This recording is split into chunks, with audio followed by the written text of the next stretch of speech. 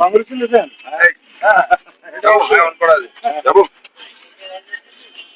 কি দেখলেন ভিতরে, কি প্রত্যাশা আজকে? প্রস্তুতি পুরো আছে সরকারের তরফ থেকেও, কমিশনের তরফ থেকে, আমাদের তরফ থেকে। সাধারণ মানুষ যে ইচ্ছা নিয়ে ভোট দিয়েছেন পরিবর্তন হোক, নিশ্চিত হবে।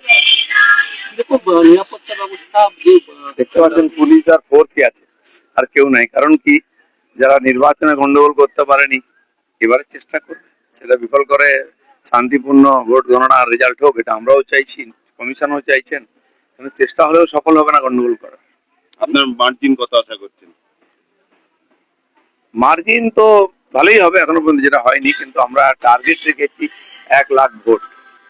খড়গপুরের মানুষের কাছে আমরা দাবি রেখেছি, নিশ্চয়ই তারা আমাদের দাবি পূরণ করবেন। শুধু খড়গপুর না, বাকি বিধানসভা কেন্দ্রগুলি সব জায়গায় একতরফা হবে, রেজাল্ট দেখে রাখুন, নতুন সরকার হবে।